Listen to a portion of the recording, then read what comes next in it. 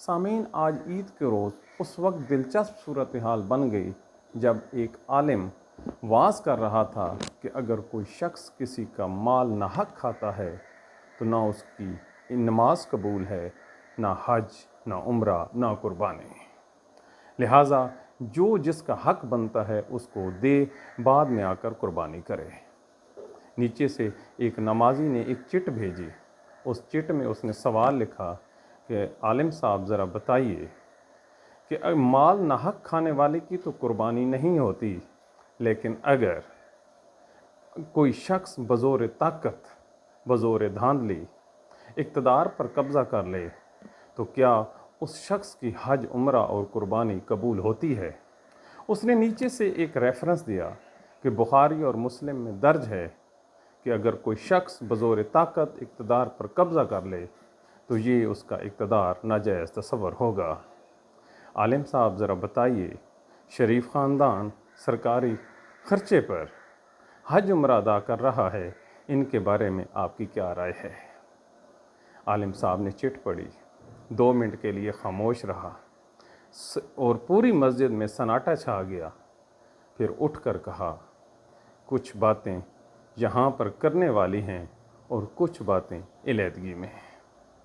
یعنی اس نے کہہ دیا کہ یہ جگہ مناسب نہیں کہ باہر سیکورٹی فورسز بھی کھڑی ہیں، پولیس کھڑی ہے، کہ میں نے عید اپنے بچوں کے ساتھ کرنی ہے، نہ کہ تھانے میں۔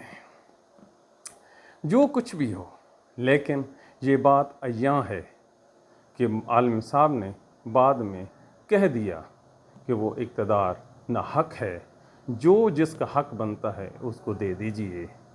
تو کہنے کا مقصد تھا 8 فروری کو پی ٹی آئی نے الیکشن جیت لیا تھا، تو پھر جن لوگوں نے زبردستی مینڈیٹ کو تبدیل کروا کر شریف خاندان کو ہم پر مسلط کیا، ان کے بارے میں کیا رائے ہے؟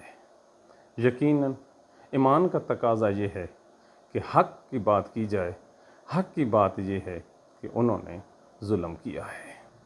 اللہ تعالیٰ ظالموں کو ہدایت دے اور جو جس کا حق بنتا ہے ان کو دے، یعنی پی ٹی آئی اور عمران خان کو۔ یہی طریقہ ہے میرے نبی کا اور یہی سنت ہے قربانی کی۔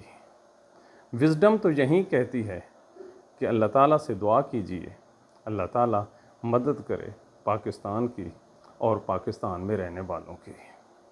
یقیناً انصاف سے معاشرہ آگے بڑھتا ہے، انصاف سے دنیا کا نظام چلتا ہے، اور ظلم سے زوال آتا ہے، عروج کبھی نہیں آتا۔ اگر ظلم سے عروج آتا تو آج ہلاکو خان، چنگیز خان اور دیگر یوزر پر کے نام تاریخ میں سنہرے حروف سے لکھے جاتے، نہ کہ ان لوگوں کے لیے برے الفاظ استعمال ہوتے۔ عمران خان کے لیے آواز اٹھائیے، قربانی کا دن ہے، اللہ تعالیٰ تمام لوگوں کی مشکلات کم کرے۔